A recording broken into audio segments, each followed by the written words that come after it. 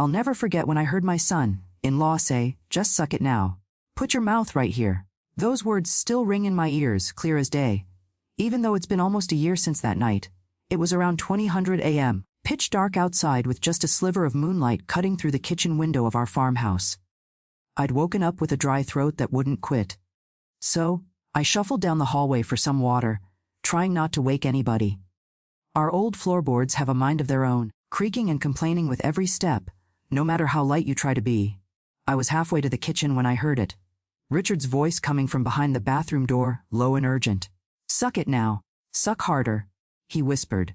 I froze right there in the hallway, my cotton nightgown hanging loose around my ankles, my heart suddenly pounding like a jackhammer.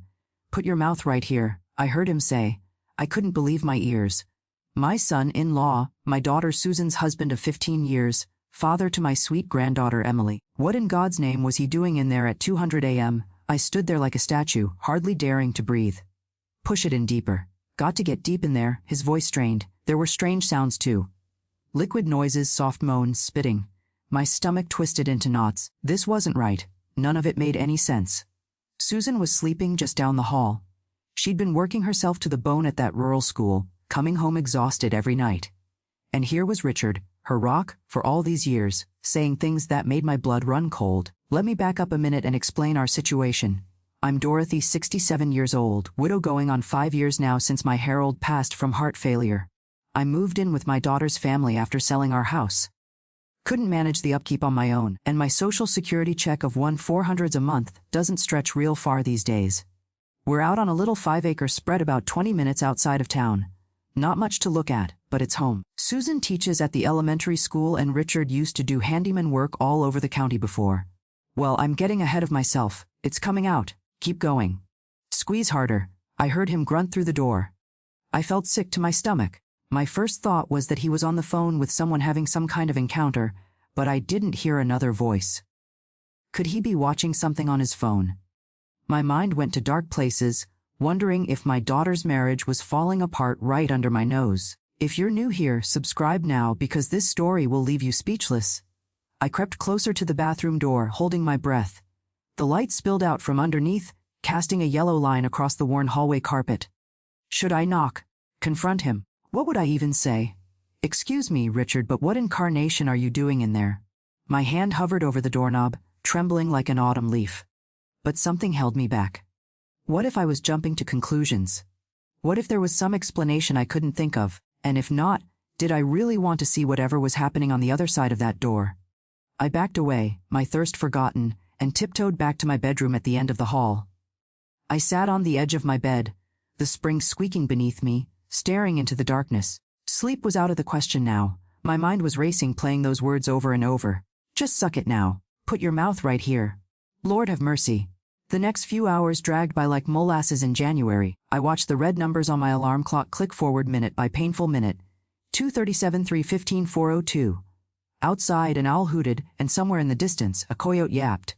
Our old house settled and creaked around me like it was sharing my discomfort. I heard the bathroom door open around 30:30. Then Richard's heavy footsteps padding back to their bedroom. I must have dozed off eventually because next thing I knew, sunlight was streaming through my curtains and I could smell coffee brewing. For a split second, I wondered if I dreamed the whole thing. But no, those words were still echoing in my head, clear as crystal. I pulled my old blue robe around me and steeled myself to face the day, to look my son-in-law in the eye across the breakfast table and act like nothing had happened. The kitchen was warm and bright when I came in, so different from the eerie midnight scene. Susan was at the stove flipping pancakes, her honey blonde hair pulled back in a messy ponytail. Emily sat at the table, head buried in a book like always, absently spooning cereal into her mouth. And there was Richard hunched over his coffee mug, looking like death warmed over. His face was pale with a sheen of sweat across his forehead despite the morning chill. When he shifted in his chair, I noticed him was. "Morning," Mom Susan chirped, sliding a plate of pancakes onto the table. "Sleep okay?" Fine, I lied, avoiding Richard's eyes, just a little restless. Richard barely looked up. "Pass the sugar, Em," he mumbled to our granddaughter. His hand shook slightly as he spooned sugar into his coffee. I noticed dark circles under his eyes, and he seemed to be favoring his right side. Was he sick, or was it guilt making him look so rough? I'd known this man for nearly 2 decades. welcomed him into our family, trusted him with my daughter's happiness. Now I was looking at him like a stranger. The morning crawled by, thick with unspoken words. Susan chattered about school, about the spring concert coming up, about Emily's science project, normal everyday things that suddenly seemed so fragile. I watched Richard push food around his plate, barely eating.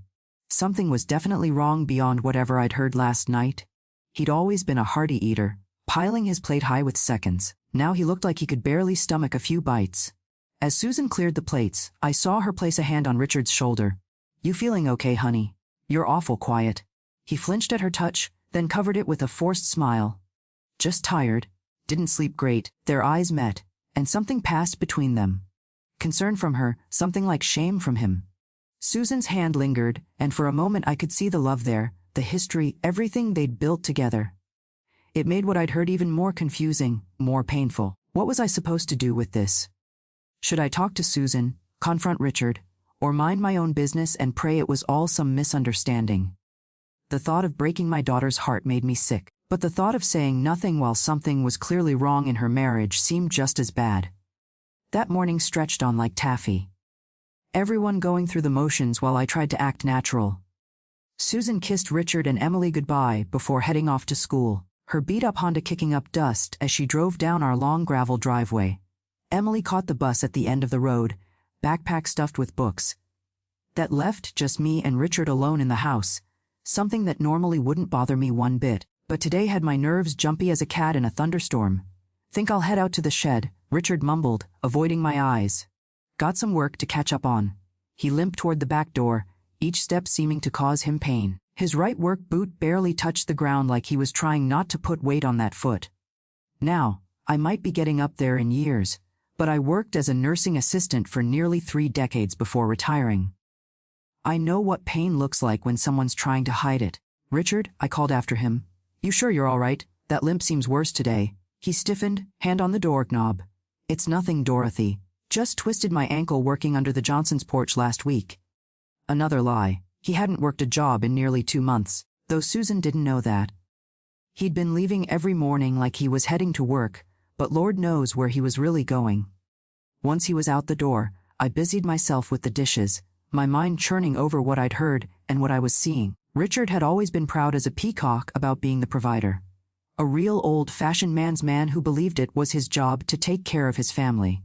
When he and Susan first got together, I'll admit I had my doubts.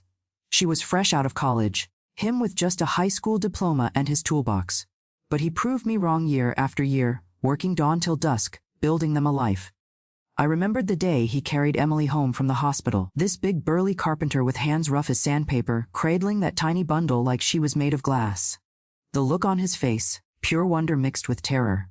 He'd built her crib himself, solid oak that would probably outlast us all. That's the Richard I knew, a good man, a family man. So what in heaven's name had changed? When had the shadows crept into our home?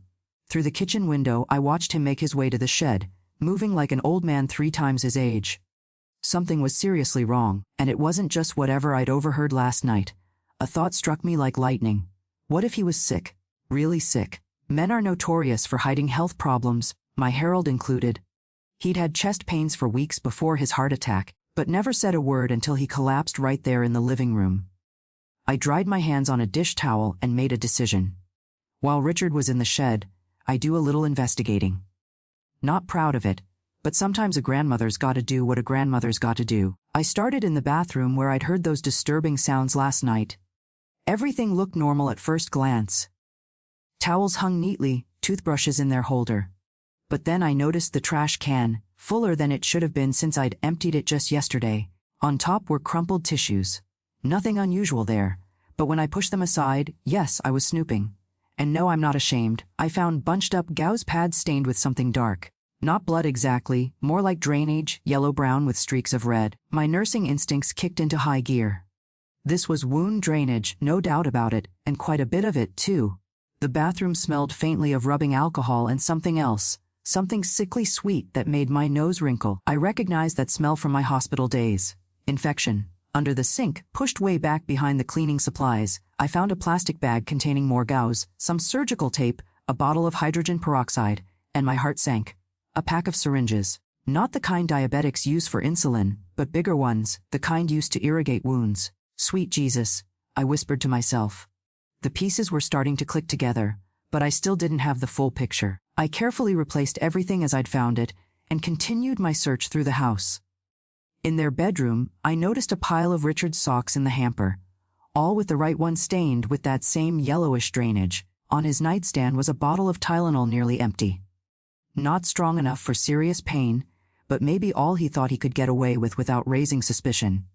Outside, I could hear Richard moving around in the shed, the occasional clang of tools hitting the workbench. He was out there almost every day lately, but I realized I hadn't seen him finish a single project in weeks. Was he just hiding out there killing time? When Susan came home that afternoon, I watched her closely. My daughter has always worn her heart on her sleeve, never could hide a thing from me, not since she was knee-high to a grasshopper. Today her smile seemed forced, the worry lines between her eyebrows deeper than usual. She moved around the kitchen making dinner, checking her phone more often than normal. "Everything okay, honey?" I asked, chopping onions beside her. "Oh, yeah." She shrugged, but her eyes didn't meet mine. "Just tired, middle school drama, you know how it is. And things with Richard, how are they going?" Her knife paused over the cutting board. "Fine, why do you ask?" "No reason," I said, trying to sound casual. "Just noticed he seems a little under the weather." Susan sighed, putting down her knife. "He's been different lately, distant. I don't know if it's work stress or what," but she trailed off, blinking back tears. "But what, sweetie?" I pressed gently. "He won't talk to me, Mom." Her voice cracked. "He locks the bathroom door. Won't change clothes with me in the room anymore. Flinches when I touch him." She wiped a tear with the back of her hand. "I'm starting to think maybe he doesn't want me anymore." My heart broke for her, but I couldn't tell her what I suspected. Not yet. Not until I knew more. "Oh, honey, I'm sure that's not it. Men just get in their heads sometimes. There's something else," she whispered, glancing toward the door to make sure Richard wasn't coming. "I found out last week. I'm pregnant, about 3 months along." Fresh tears spilled down her cheeks. "I haven't told him yet with the way he's been acting. I'm scared, Mom." I wrapped my arms around her, feeling her shoulders shake with silent sobs. My grandbaby was carrying a grandbaby, and instead of being a time of joy, everything was shrouded in secrets and fear. Something had to give.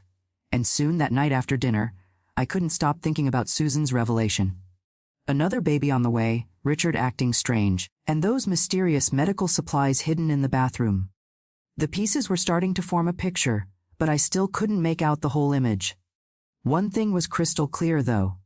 I needed to figure this out before my daughter's world came crashing down around her. As we washed the dishes together, Susan and I noticed her sneaking glances at Richard.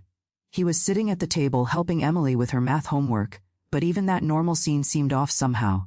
His face was drawn tight with pain, and every few minutes he'd shift uncomfortably in his chair.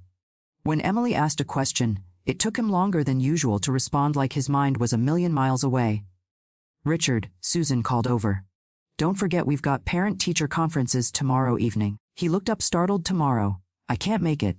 Got the Wilson job to finish." Another lie. There was no Wilson job. I'd overheard Susan talking to Mrs. Wilson just last week about how disappointed she was that Richard had canceled on them. "Oh." Susan's face fell. "But you promised, and it's important." I said. "I can't make it." He snapped, then immediately softened at the hurt look on both their faces. "I'm sorry, Em, next time, okay, pumpkin?" Emily nodded, but I could see the disappointment in her eyes. She idolized her daddy, always had. Lately, though, she'd been quieter, watching him with a worried expression that no 12-year-old should have to wear. After Emily went to bed, Richard disappeared into the garage, claiming he needed to organize his tools. Susan curled up on the couch with a book, but I noticed her eyes weren't moving across the page. She was just staring, lost in thought. I puttered around, straightening up the living room, keeping an eye on the garage door. When Richard finally came back in, he headed straight for the bathroom. "Going to take a shower," he mumbled, not looking at either of us. The moment the bathroom door closed, Susan let out a long breath. "See what I mean?" she whispered to me. "He barely talks to me anymore. Won't look me in the eye." "Something's wrong, Mom." I patted her hand. "Why don't you try asking him directly?" "I've tried. He just says everything's fine. He's just tired." She ran a hand through her hair. "I'm scared he's, I don't know, having an affair or something." The thought had crossed my mind too, especially after what I'd heard the night before. But the medical supplies, the wound drainage, the limping, that pointed to something else entirely. I don't think that's it, honey, I said carefully. Have you noticed his limp? Maybe he's hurt and doesn't want to worry you. Susan frowned. He did mention his foot was bothering him a while back. Said he stepped on a nail at the Peterson job, but that was months ago. Stepped on a nail. My nursing alarm bells started ringing like crazy. If Richard had a puncture wound on his foot that hadn't healed after months, especially with those signs of infection I'd spotted, this could be serious. Deadly serious. Has he seen a doctor for it? I asked, trying to keep my voice casual. Susan shook her head. You know, Richard, doctors are for sick people, and he's never sick. She rolled her eyes, but I could see the worry behind the gesture. Later that night, I lay awake again waiting. Sure enough, around 10:30 a.m., I heard Richard's heavy steps in the hallway, followed by the bathroom door closing. I slipped out of bed, my old bones protesting the midnight reconnaissance mission. This time I was determined to get answers. I crept down the hallway, the floorboards mercifully quiet tonight. From behind the bathroom door came those same disturbing sounds, liquid splashing, a groan of pain. Then Richard's voice, I can't take it anymore, it's too full. I leaned closer, ear practically pressed to the door. Need to drain it, it's going to burst. His voice was tight with pain. Then, suck harder. Get it all out. The double meaning of his words hit me all at once. Last night, I jumped to the worst conclusion, thinking he was engaged in, well, something inappropriate. But now, with what I'd learned today, those same words took on a completely different meaning. He wasn't talking about anything sexual. He was treating some kind of wound, draining it, and from the sounds of it, doing a poor job on his own. I almost knocked right then, almost demanded he let me in so I could see what he was dealing with. My hand was raised, ready to rap on the door when I heard Susan's bedroom door open. I ducked into the shadows as she shuffled past, heading toward the kitchen. If she came back this way, she'd hear everything too. My heart pounded as I retreated to my room, leaving Richard to his painful secret treatment. The next morning at breakfast, Richard looked worse than ever. The circles under his eyes were almost black now, his skin clammy. He barely touched his coffee. Susan hovered around him, concern written all over her face. You're burning up, she said, pressing a hand to his forehead. I think you've got a fever. Richard pulled away from her touch. I'm fine. Just didn't sleep well. Maybe you should stay home today, she suggested. Rest up can't. Johnson needs his deck finished. Another lie to add to the growing pile. After Susan and Emily left, I cornered Richard in the kitchen. I need to take out the trash, I said pointedly, including from the bathroom. His head snapped up, eyes wide with alarm. I'll do it. No, I insist. I held his gaze steadily. Richard, I'm not blind or deaf. I know something's wrong. He stared at me for a long moment. Then his shoulders sagged in defeat. Dorothy, please don't tell Susan. She's got enough on her plate with teaching and Emily, and the baby, I asked quietly. Shock registered on his face. She told you yesterday. She hasn't told you because she's afraid. Says, you've been distant. Richard closed his eyes, pain etched into every line of his face. I didn't know. God, I didn't know. What's going on with your foot, Richard? And don't tell me it's nothing because I know better. I was a nurse, remember? He wouldn't meet my eyes. It's nothing I can't handle. Is that why you're locked in the bathroom at 2 a.m. every night trying to drain it yourself? I challenged. His face went pale. You heard me, honey. I think the whole county heard you. Suck harder. Push it deeper. Do you have any idea what that sounded like? Despite the seriousness of the situation, I couldn't help but crack a small smile. A flush crept up his neck. Jesus, Dorothy, it's not what you thought. I know that now. But what I don't know is why my son-in-law is hiding a serious wound from his wife and treating it himself in the middle of the night. What happened to your foot, Richard? And why won't you get proper help? He looked away, jaw clenched. I could see him wearing with himself, pride battling against the need to finally confess. I waited, patient as a cat at a mouse hole. Sometimes that's all you can do with stubborn men, wait them out. Finally, he sighed.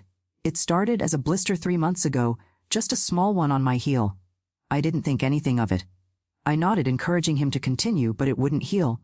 Just kept getting bigger. Then it popped. And he swallowed hard. It's bad, Dorothy, real bad now. How bad is real bad, Richard? I asked, my nursing instincts on high alert. In my experience, when men say something's real bad, it's usually about 10 times worse than they're letting on. He shifted uncomfortably, not meeting my eyes. It's infected. Has been for a while. I've been cleaning it, putting antibiotic cream on it, but it's not getting better. I pulled out a kitchen chair and sat down across from him. Show me what? No, Dorothy, I can handle it, Richard. I used my nonsense grandmother voice, the one that even Emily knows better than to argue with. Either you show me right now, or I'm telling Susan everything the minute she walks through that door." His face crumpled, and for a moment, I thought he might actually cry. This proud, strong man who'd never asked for help a day in his life looked absolutely defeated. Slowly, reluctantly, he bent down and unlaced his right work boot. Even that small movement caused him to wheeze. "It'll smell," he warned, his voice small. "Son, I changed your daughter's diapers and cleaned up after your father-in-law when he was dying of cancer. I can handle a little smell." He pulled off his boot with a sharp intake of breath, then peeled away a dirty sock that was stuck to his skin with dried fluid. I prepared myself for what I might see, drawing on all my years of nursing experience. But nothing could have prepared me for the reality. The bottom of Richard's foot was a disaster. What had started as a blister had become an open wound nearly 3 in across with angry red flesh and yellow-green pus oozing from the center. The edges were dark necrotic tissue that should have been debrided long ago. The smell hit me like a physical force. That distinctive sickly sweet odor of advanced infection. "Sweet Jesus, Mary and Joseph," I whispered, my heart sinking. "Richard, this isn't just infected. This is serious. This is sepsis waiting to happen. Serious. I know it looks bad," he admitted, still not looking at me. "Bad." I couldn't keep the shock from my voice. "Richard, this is way beyond bad. This is losing your foot territory, maybe even losing your life territory." The doctor said the same thing, he mumbled. I blinked in surprise. "You saw a doctor when?" "About a month ago. Went to the clinic in Henderson so Susan wouldn't find out." Doctor took one look and started talking about extensive debridement and possible amputation and hospital admission. I panicked and left. Haven't been back. I closed my eyes trying to process what I was hearing. "So instead of proper treatment, you've been what? Draining it yourself in our bathroom at 200 a.m.? He nodded miserably. "I bought stuff at the pharmacy, watched some videos online about wound care. Thought I could handle it myself with a pair of tweezers and some cotton balls." "Richard, for God's sake, this needs medical attention. Real medical attention." "I can't, Dorothy." His voice cracked. "We can't afford it. The insurance from the Contractors Association lapsed when I couldn't make the payments. And if they amputate, how am I supposed to work? What kind of husband am I if I can't provide? What kind of father?" And there it was, the real wound deeper than the one on his foot. His pride, his identity as provider, protector, man of the house, all threatened by a tiny blister that had spiraled wildly out of control. "And now Susan's pregnant," he continued, a tear finally escaping to roll down his weathered cheek. "Another mouth to feed, and I can't even take care of the family I've got now." My heart broke for him. It truly did, but my practical nurse's brain was screaming about the danger he was in. "Richard, listen to me. That foot needs proper treatment, and it needs it yesterday. The infection is tracking up your leg. I can see the red line starting. That's blood poisoning. It can kill you. Do you understand? Just give me a little more time," he pleaded. "I think it's starting to get better. The drainage has less pus today." It was a lie, and we both knew it. That wound wasn't getting better. It was getting much, much worse. "Richard," I was interrupted by the sound of a car in the driveway. Susan's Honda. We both froze. "She's home early," I hissed. "Quick, get your sock and boot back on." Richard fumbled with the dirty sock, his hands shaking from fever and exhaustion. I helped him, trying not to gag at the smell, then handed him his boot. He had just finished lacing it up when the front door opened. "Hello?" Susan called. "Anybody home?" "The waterman broke at school, so they sent everyone home early." "In the kitchen, honey." I called back, trying to sound normal, "Just having coffee with Richard." Susan appeared in the doorway, her face brightening at the sight of her husband. "Hey, you're home too. I thought you had the Wilson job today." Richard and I exchanged a quick glance. Materials didn't arrive," he lied smoothly. "Figured I'd catch up on some paperwork." Susan came over and kissed the top of his head, then frowned. "You're burning up. Are you sure you're okay?" "Fine, just a little warm in here," he said, avoiding my pointed stare. "Well, since we've all got an unexpected day off, why don't we do something fun? Maybe drive over to the lake. It's been ages since we've had a family day." The look of panic on Richard's face would have been comical in any other situation. Walking was clearly agony for him. A fun day at the lake would be torture. Actually, I interrupted. "I was just telling Richard about Mrs. Patterson's leaky faucet. You remember Mrs. Patterson from church? 92 years old and living all alone since Herbert passed. I told her Richard might be able to fix it today, seeing as his other job fell through." Susan looked disappointed but nodded. "Oh, well, that's nice of you, honey. Maybe another day for the lake. And if you're feeling this story so far, don't forget to subscribe. I've got more real-life stories that'll hit you right in the heart." Richard shot me a grateful look. Shouldn't take more than an hour, he said. Dorothy said she'd come along. Make sure Mrs. Patterson doesn't talk my ear off. That woman can chatter more than a squirrel with a mouthful of nuts, I added with a chuckle. I'll pack you both some lunch then, Susan said, moving toward the refrigerator. As she turned away, I met Richard's eyes across the table. The temporary reprieve wouldn't last long. We needed to talk, really talk, about what happened next, because I knew with absolute certainty that if that foot didn't get proper medical attention soon, we wouldn't be discussing amputation. We'd be planning a funeral. Of course, there was no Mrs. Patterson with a leaky faucet. That was just a story I made up on the spot to buy us some time.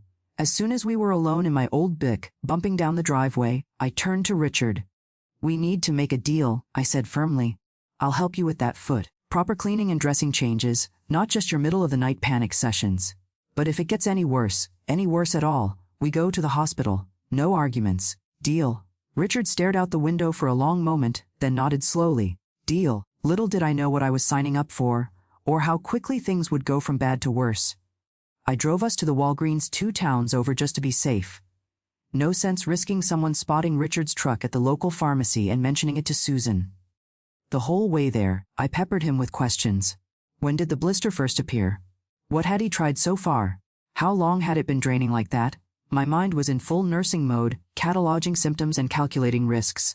It started back in January, he explained, wincing as we hit a pothole.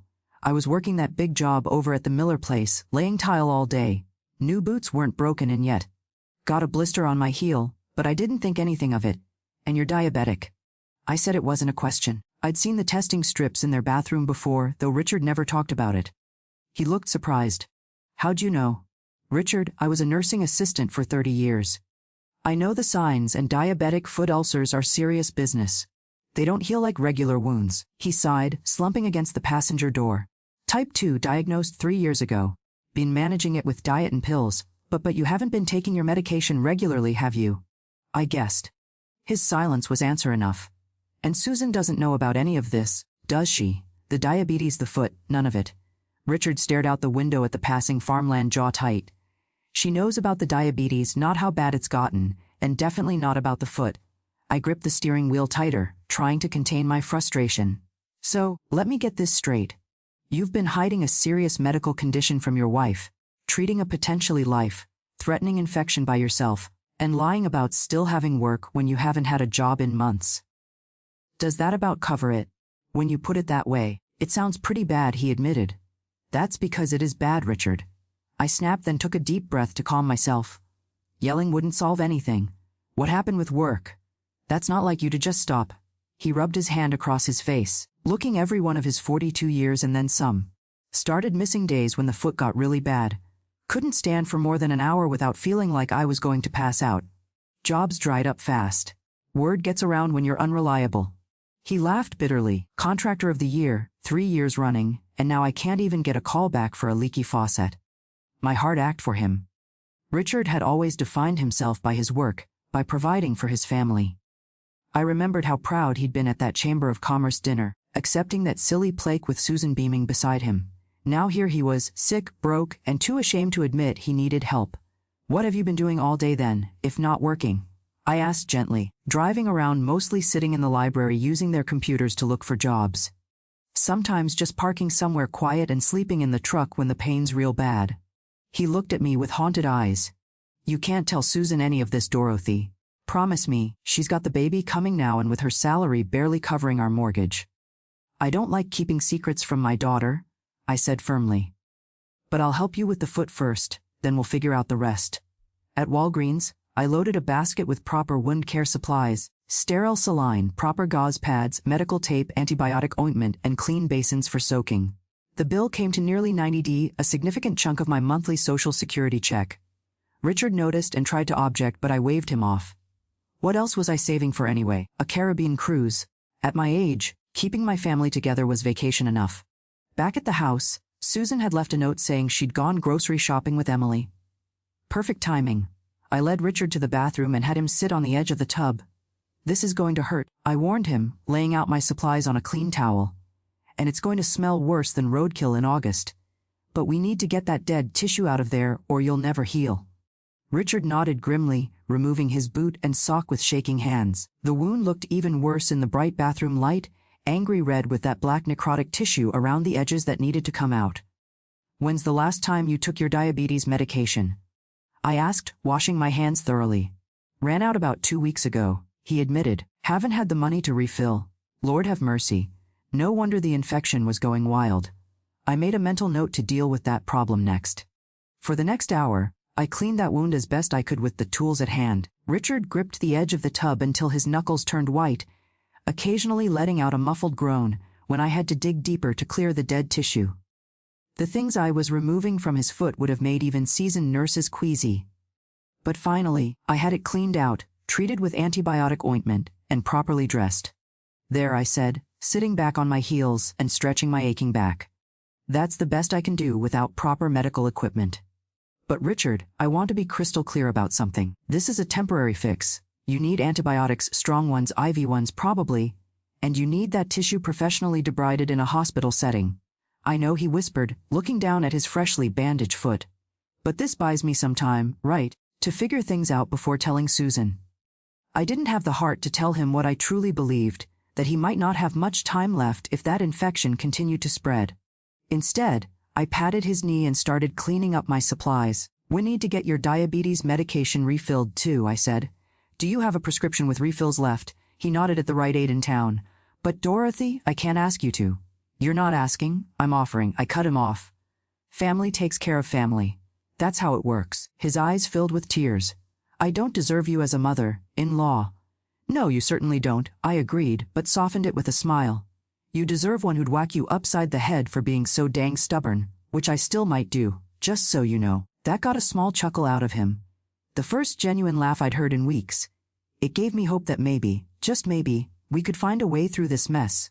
Later that evening, after Susan and Emily were back, I watched the family dynamics with new eyes. Richard was making a visible effort to engage, asking Emily about her science project, helping Susan put away groceries despite the obvious pain each step caused him.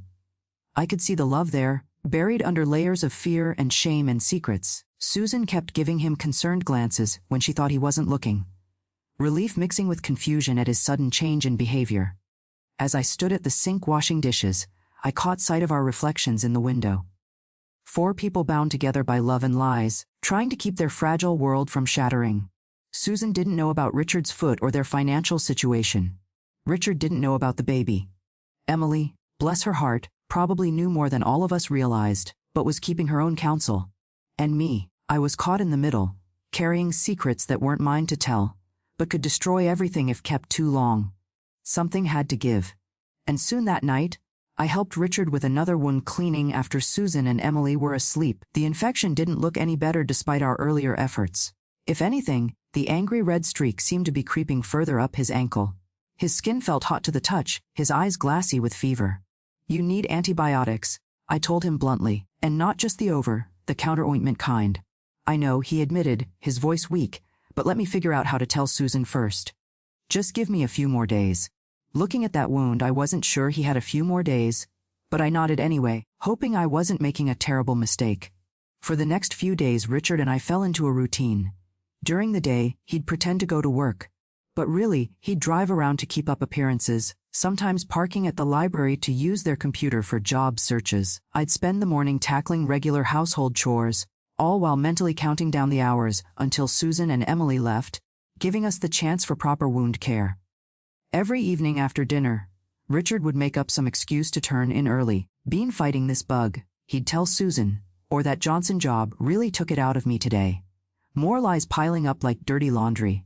Then in the middle of the night when the house was quiet, he'd slip into the bathroom and I'd join him for what had become our secret medical procedures.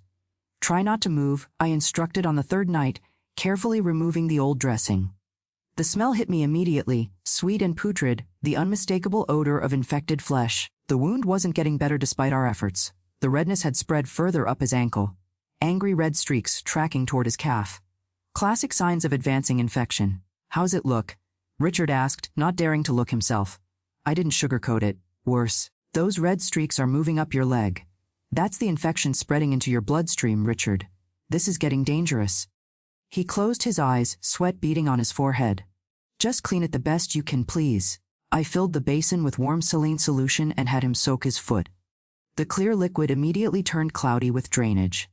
Next came the hard part, debriding the wound, removing dead tissue to give the healthy flesh a fighting chance. I'd fashioned a makeshift tool from tweezers sterilized in boiling water. "This is going to hurt something awful," I warned, positioning the bathroom light for better visibility. "Bite down on this." I handed him a folded washcloth.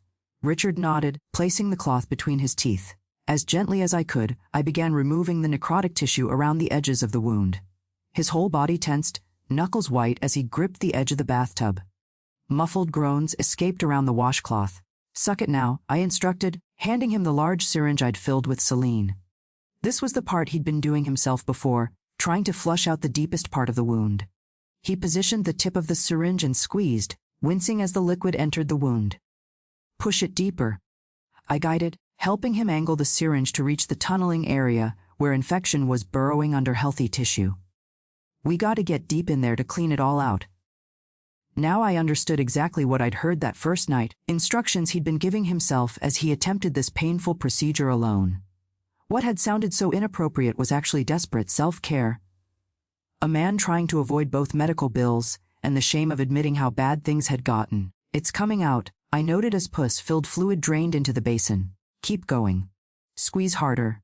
When we finished, I applied antibiotic ointment and wrapped his foot in clean gauze. Richard was pale and shaking, teeth marks visible in the washcloth he'd been biting. "You're running a fever," I said, laying my hand on his forehead. "I've got some Tylenol in my room." "Thanks, Dorothy," he whispered, voice raspy from holding back cries of pain. "I couldn't do this without you." "You shouldn't be doing it at all," I reminded him. "You need a hospital, antibiotics, proper surgical debridement." I know. Just a few more days. The job market's looking up. Got a lead on the Peterson renovation." Another lie. I'd overheard him on the phone earlier that day. The Peterson job had gone to someone else, but I didn't call him out. The man had suffered enough for one night. As the days passed, our midnight medical sessions continued.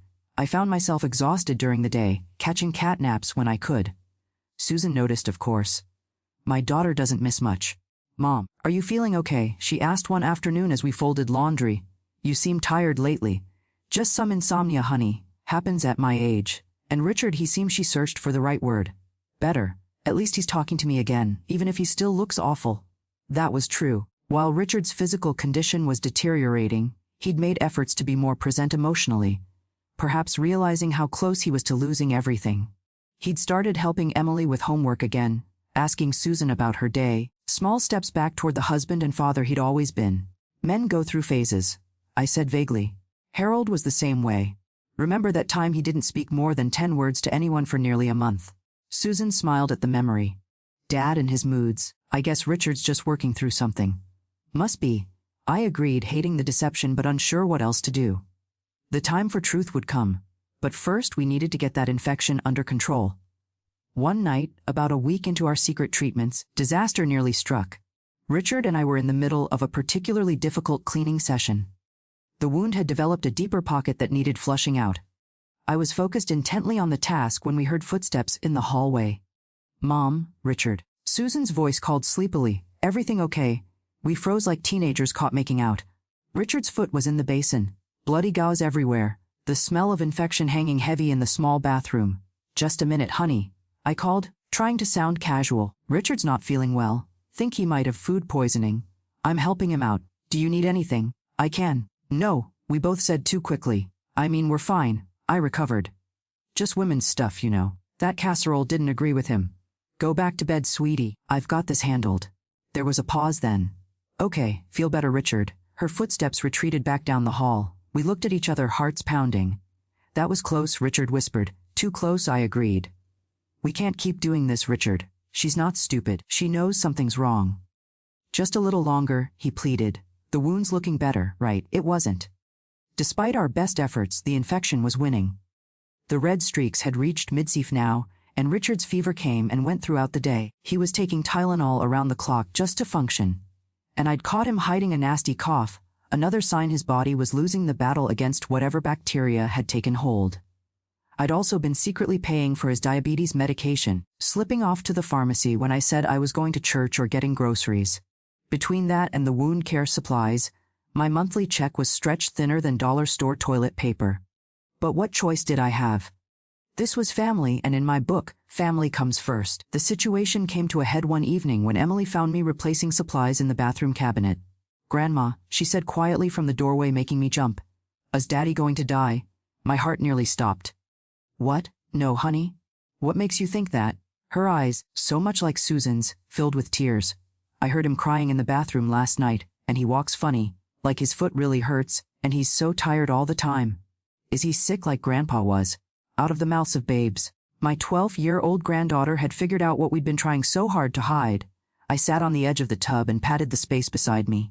"Come here, sweetheart." She sat, looking small and scared. I put my arm around her thin shoulders. "Your daddy is sick, but not like Grandpa was. He has an infection in his foot that needs proper treatment, but he's being a stubborn old mule about going to the doctor." "Because we don't have money?" she asked perceptively. I blinked in surprise. "What makes you say that?"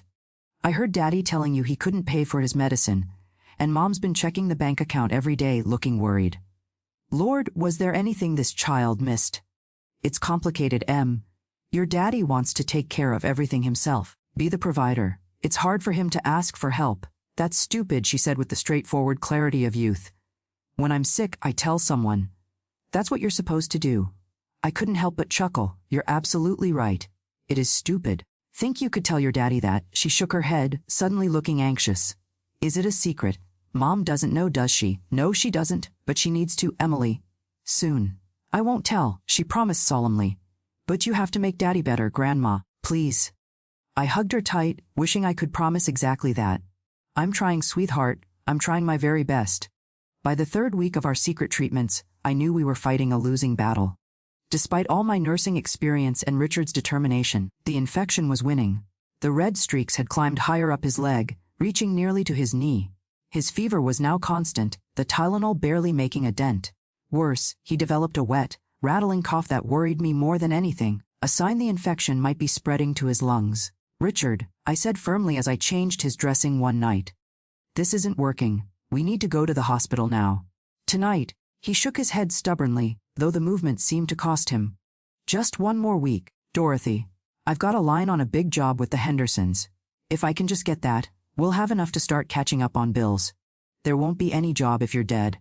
I snapped, then immediately regretted my harshness when I saw the fear flash across his face. I softened my tone. "I'm sorry, but we're way past home treatment. This infection is systemic now. You need IV antibiotics, real debridement, probably surgery. Your body can't fight this alone anymore." The wound itself had changed, too. The center was deeper, almost tunneling into his foot with a thick yellowish discharge that smelled worse each day. The surrounding skin was hot to the touch, tight and shiny. Classic signs of advancing cellulitis, maybe even osteomyelitis, infection of the bone itself. "Just a few more days," he pleaded. "I need to figure out what to tell Susan, how to explain everything." "The truth would be a good start," I suggested, applying fresh gauze. "That you've been sick, that you've been worried about money, that you've been trying to handle it yourself, but can't anymore." Richard's eyes filled with tears, filled with, "How do I tell her I've been lying for months? That I've put my health, our future, at risk because I was too proud to admit I needed help? That I've been using your Social Security money for my medications?" That last part surprised me. "How did you know about that?" "I'm not completely out of it, Dorothy. I saw the pharmacy receipts in your purse when I was looking for the car keys. You've been buying my diabetes meds, haven't you?" I shrugged, caught red-handed. "Family helps family. That's how it works.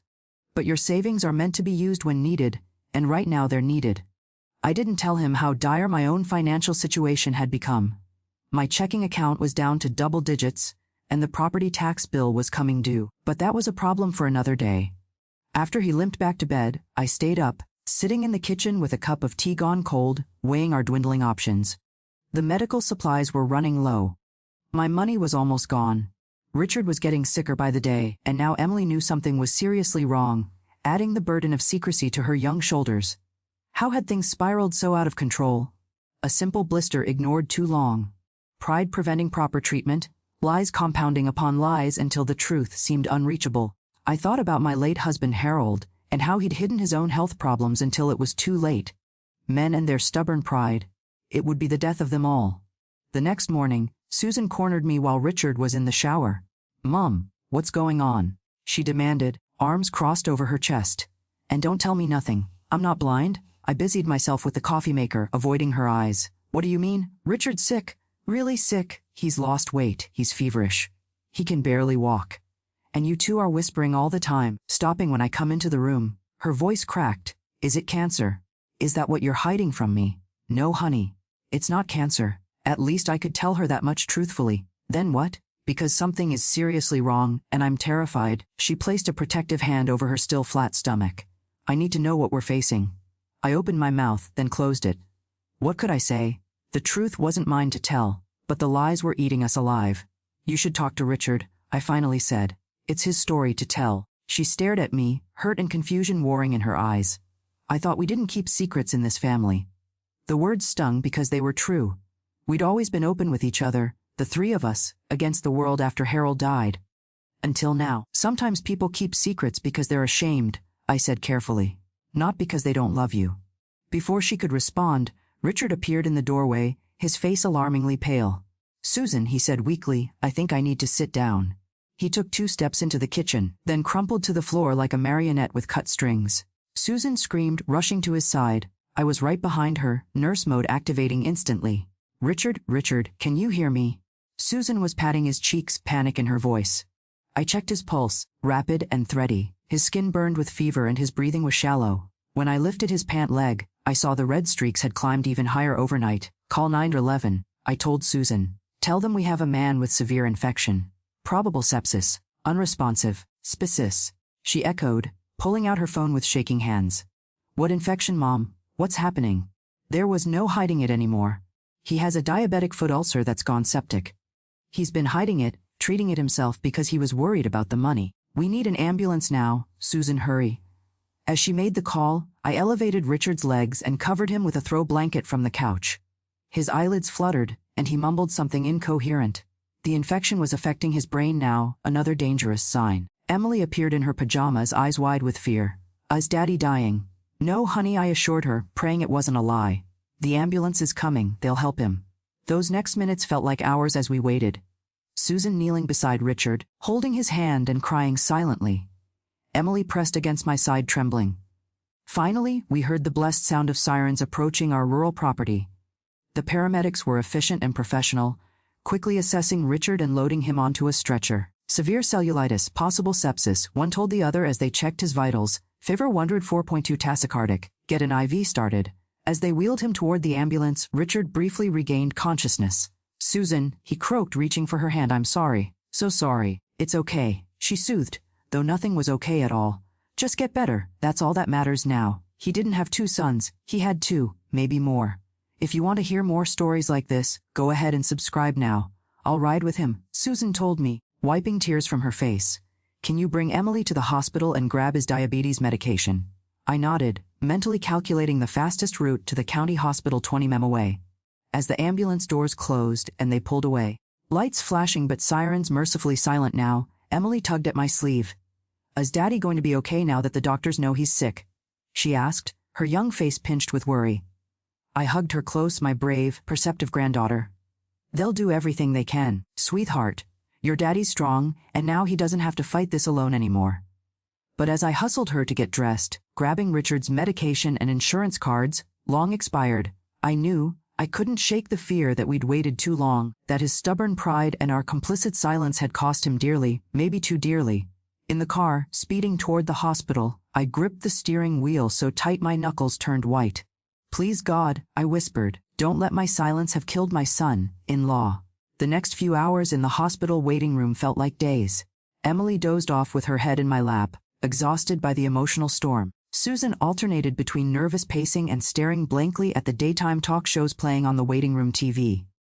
I sat still as a statue, my mind replaying every moment of the past few weeks, wondering if I could have done something different, pushed harder, spoken up sooner. Around noon, a doctor in blue scrubs appeared at the doorway. Family of Richard Cooper. Susan jumped to her feet. That's us. I'm his wife. I gently shifted Emily's head onto my purse and joined Susan. The doctor, a middle-aged woman with kind eyes and a serious expression, led us to a small consultation room. I'm Dr. Patel, the infectious disease specialist, she said, closing the door behind us. Your husband is seriously ill, Mrs. Cooper. The infection from his foot has spread throughout his system. We've started him on broad-spectrum IV antibiotics, but we're dealing with a significant case of sepsis. But you can fix it, right? Susan asked, a tremor in her voice. He'll be okay. Dr. Patel's expression remained carefully neutral. We're doing everything we can. The wound itself is extensive, what we call a Wagner grade 4 diabetic ulcer. There's significant tissue necrosis extending to bone. We've taken him to surgery to debride the wound and drain the infection. Surgery? Susan echoed faintly. Already? We had no choice. The infection was spreading rapidly. He's still in the operating room now. I found my voice slipping back into my nursing assistant role. What about amputation? Is that on the table? Dr. Petal nodded grimly. It's a possibility we have to consider. The orthopedic surgeon is assessing the bone involvement now. If the infection has compromised the bone significantly, partial amputation may be the safest course. Susan's knees buckled and I grabbed her arm to steady her. Amputation, she whispered. He was so afraid of that. That's why he wouldn't go to the doctor in the first place. Unfortunately, that's a common reaction, Dr. Patel said. Many patients, especially men, avoid seeking help until conditions become critical. By then, options become more limited. When will we know? I asked about whether they'll need to amputate. The surgeon will come speak with you when they're finished. It could be another hour or two. She paused, then added gently, I understand this is overwhelming, but there's something else we need to discuss. Mr. Cooper's diabetes is severely uncontrolled. His blood sugar level was dangerously high when he arrived. Has he been taking his medication regularly? Susan looked at me, confusion and hurt in her eyes. I stepped in. He ran out a few weeks ago. Couldn't afford to refill it, I see. Dr. Patel made a note in her chart. And how long has he been diabetic? 3 years, Susan answered. But he said it was mild, that he was managing it with diet. Patel shook her head. I'm afraid it's quite advanced. His A1C level suggests poor control for some time. This would have contributed significantly to the wound's development and poor healing. More secrets, more lies. How much hadn't Richard told us? Is there anything else we should know? Susan asked, her voice hollow. Dr. Patel hesitated. Your husband's overall condition suggests he's been unwell for some time. Malnutrition, anemia, elevated liver enzymes. Has he been eating regularly, drinking more than usual? Susan looked lost. I don't know. He eats dinner with us, but he's been leaving early in the mornings, coming home late. I assumed he was eating lunch at job sites. There haven't been any job sites, I reminded her gently. Not for months. Susan pressed her palms against her eyes. I don't even know my own husband anymore. How did I miss all this? Dr. Patel touched her arm sympathetically. Don't blame yourself, Mrs. Cooper. People who are struggling often become very good at hiding it, even from those closest to them. She glanced at her pager as it beeped. I need to check on another patient. The surgical nurse will update you when there's news. Try to get something to eat if you can. This may be a long day. After she left, Susan turned to me, her face a mask of anguish. Did you know all of this? How bad his diabetes was? I shook my head. I knew he had it, and I suspected he wasn't managing it well. But I had no idea how serious things had gotten until I saw his foot. We returned to the waiting room where Emily was now awake, anxiety plain on her young face. Is Daddy okay? She asked immediately. Susan sat beside her, pulling her close. The doctors are helping him right now, sweetie. They're doing everything they can. Is he going to lose his foot? Emily asked bluntly. Susan and I exchanged startled looks. Why would you ask that? Susan questioned. I heard you and Grandma talking, and I looked up diabetic foot ulcers on my school iPad. Emily's eyes filled with tears. It said sometimes they have to cut off your foot if it gets really bad. My heart broke for her, 12 years old and researching her father's condition, while we adults were busy keeping secrets. We don't know yet, Susan answered honestly. But even if that happens, Daddy will still be Daddy.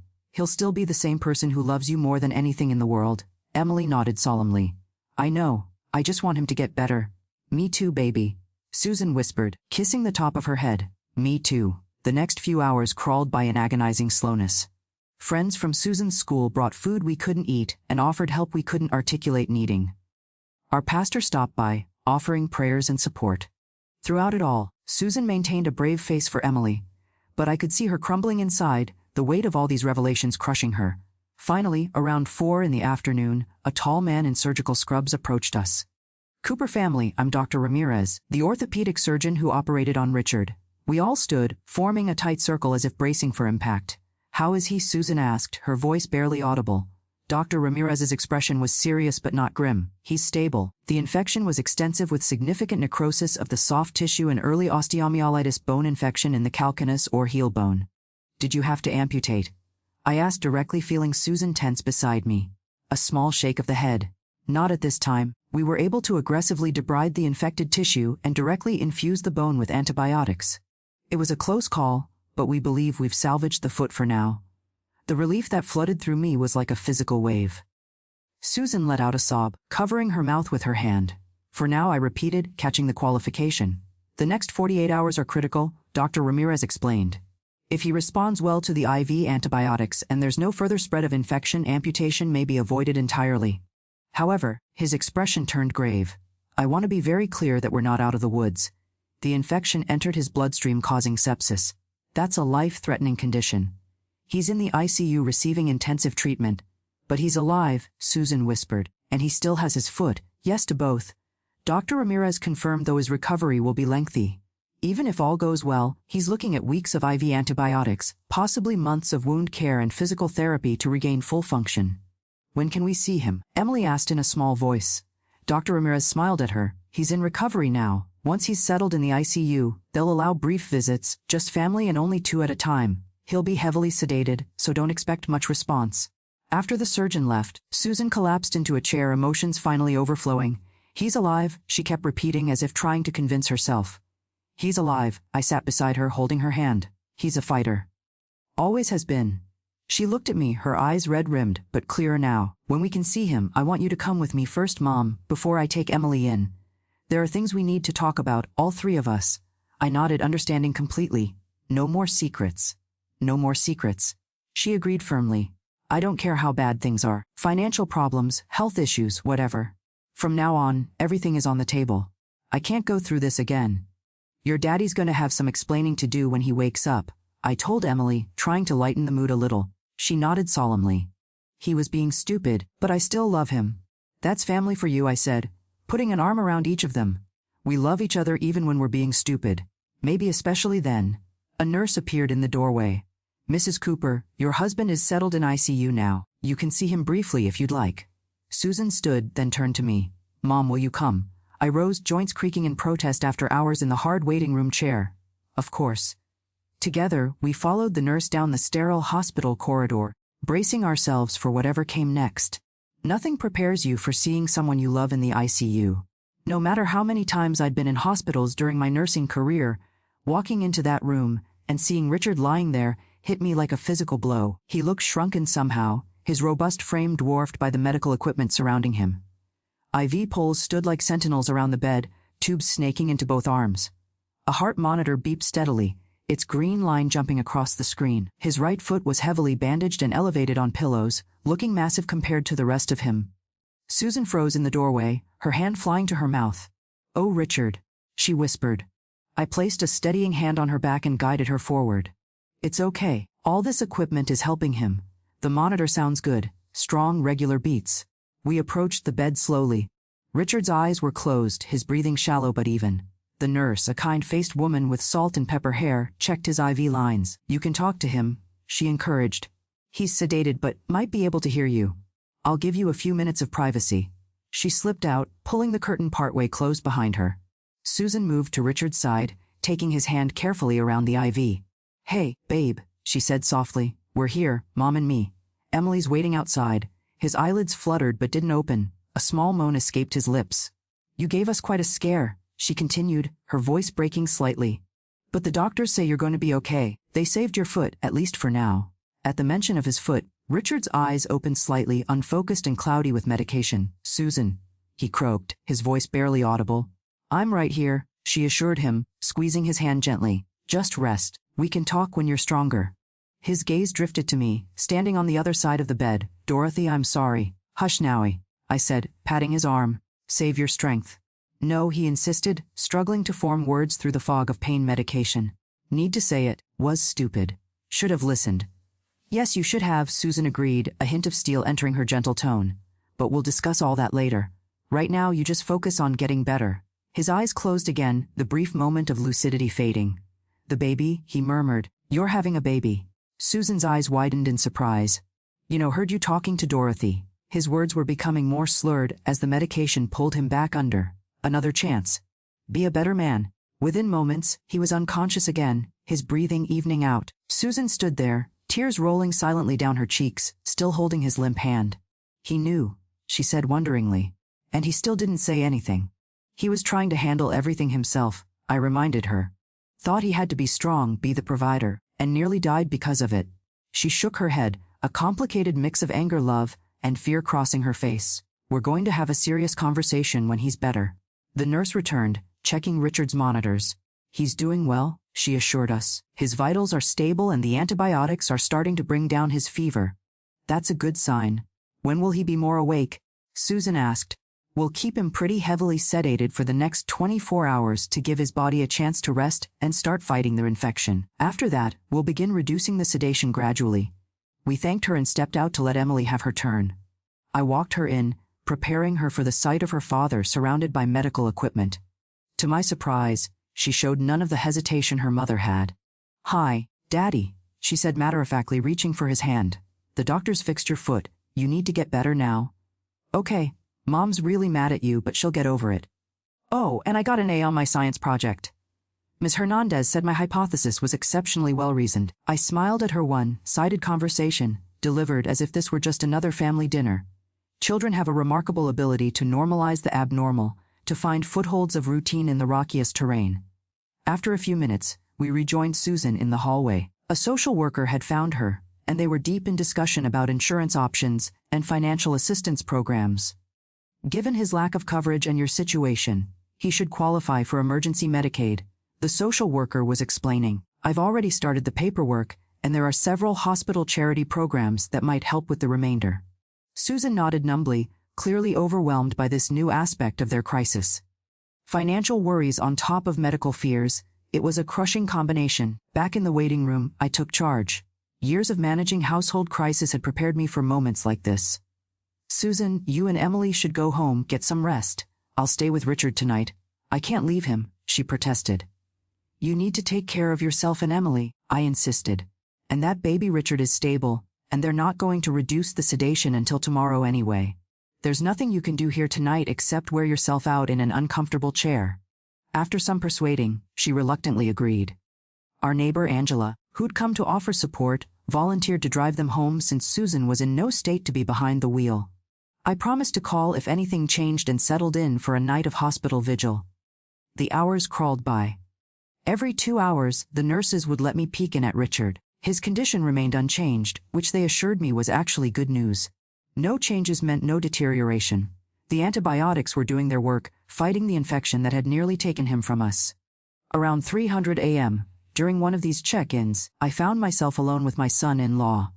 In the quiet of the ICU, with only the soft beeping of monitors and the occasional squeak of nurses' shoes in the hallway, I took his hand. Richard Cooper, I whispered. Don't you dare think about giving up now. My daughter loves you, Emily needs her daddy, and that new baby deserves to know the good man you are, not just hear stories about you. I thought about all the ways this proud, stubborn man had enriched our lives over the years. How he'd been there for Susan when my Harold died, solid as a rock through her grief.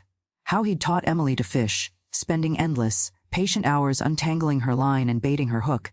How he'd built that beautiful crib for her with his own 2 hands, sanding every edge until it was silky smooth. We need you, you big dummy, I told him affectionately, all of us. So you fight. You hear me. Fight with everything you've got. The next morning Susan returned early, looking slightly better after a few hours of rest. She brought me a thermos of decent coffee and a change of clothes, both deeply appreciated after my night in the stiff hospital chair. Any changes? She asked anxiously. The night nurse says his white blood cell count is starting to come down. That's a good sign. Means his body is fighting back. The day unfolded in the strange timelessness of hospitals. Doctors came and went. Nurses checked vitals and changed IV bags. The infectious disease specialist, Dr. Patel, reported cautious optimism. The cultures show the antibiotics are appropriate for the type of infection he has. If he continues responding well, we might be able to save the foot. By late afternoon, Richard was showing signs of increased awareness, occasionally opening his eyes and responding to simple questions with nods or squeezes of the hand. The medical team decided to begin gradually reducing his sedation. He's not out of danger yet, Dr. Patel warned us.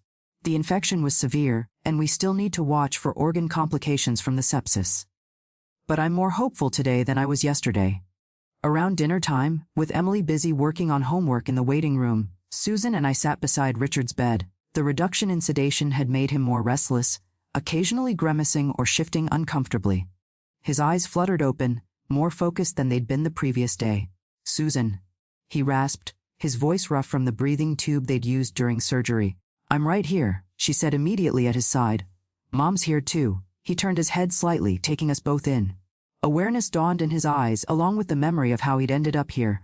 "My foot?" he asked, fear evident in his voice. "Still attached," Susan assured him, though not for lack of trying to lose it, apparently. He closed his eyes briefly, relief washing over his features. "I thought when they took me to surgery, it was close." I told him frankly, "Too close. The doctors had to remove a lot of infected tissue, but they managed to save the foot for now. You're not completely out of the woods yet. I deserve to lose it," he said quietly, "after everything I hid from you. All the lies." Susan's face hardened slightly. "Yes, you do, but that's not how life works, is it? We don't always get what we deserve, good or bad." She squeezed his hand. "You're getting a second chance here, Richard. We all are." His eyes filled with tears. "I'm so sorry. I didn't want to worry you. Didn't want to be a burden." "And how did that work out?" she asked, her voice gentle despite the challenging words. "Nearly dying isn't exactly worry-free." He managed a weak smile. "Not my smartest move." "No, it wasn't," I agreed. "But what matters now is what you learn from it. No more secrets, Richard. No more handling things alone. That's not what family is about. No more secrets," he promised. His gaze moving from me to Susan. "I'll tell you everything. The money problems, the diabetes, all of it. We'll face it together," Susan said firmly. "Whatever it is, but you have to promise me. Promise us that you'll never put your pride above your life again. We need you alive, Richard. Foot or no foot." It's been 8 months since that terrifying day when Richard collapsed in our kitchen. 8 months of healing, of rebuilding trust, of learning to lean on each other instead of carrying burdens alone. I'm sitting on our front porch swing now, watching the spring sunshine dapple our yard with golden light. Emily's pushing her baby brother in the tire swing Richard hung from the old oak tree last month, his first big project since returning to work. Little Harold James Cooper, named after my late husband and Richard's father, is 4 months old now. All chubby cheeks and bubbly laughter. He came into this world right as his daddy was finding his footing again, both literally and figuratively. Sometimes life has a way of lining things up like that, bringing new beginnings alongside second chances. Richard's recovery wasn't easy, not by a long shot. 3 weeks in the hospital, another month of home health nurses coming daily to administer IV antibiotics. The wound took nearly 5 months to close completely. Physical therapy twice a week to regain strength and mobility in his foot. Some days were dark.